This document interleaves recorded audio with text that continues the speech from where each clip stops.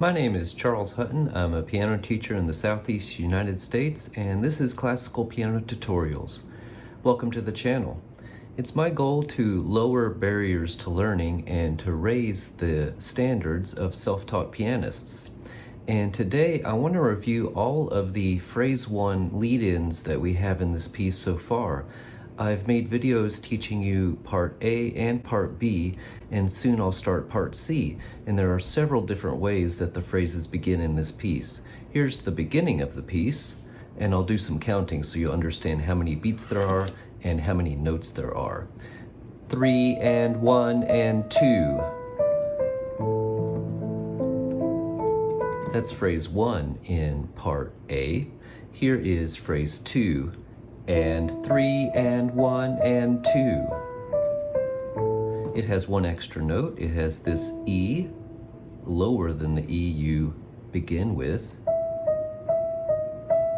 So it's one extra note. So instead of starting on 3 and 1 and 2, it starts and 3 and 1 and 2.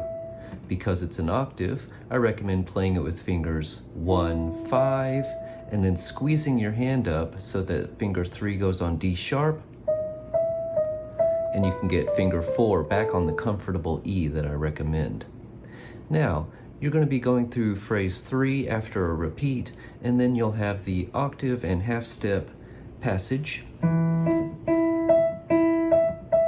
Left, right, left, and 3 and 1 and 2.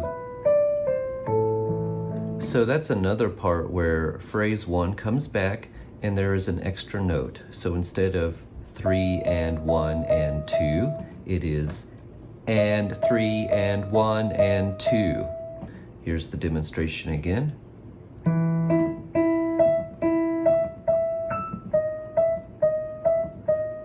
And 3 and 1 and 2. Now we're on to part B. And part B has this passage, 1 and 2 and 3 and 1 and 2 and 3 and 1 and 2. And that's where there's one less note, and 1 and 2.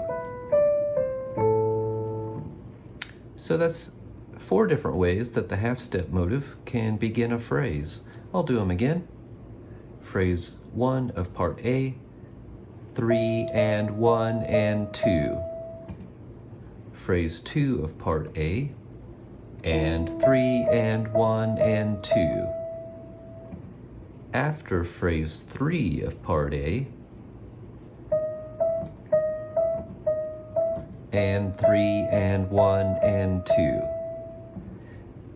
And that, of course, is followed by phrase 2 coming back. And then after we do part B, there will be this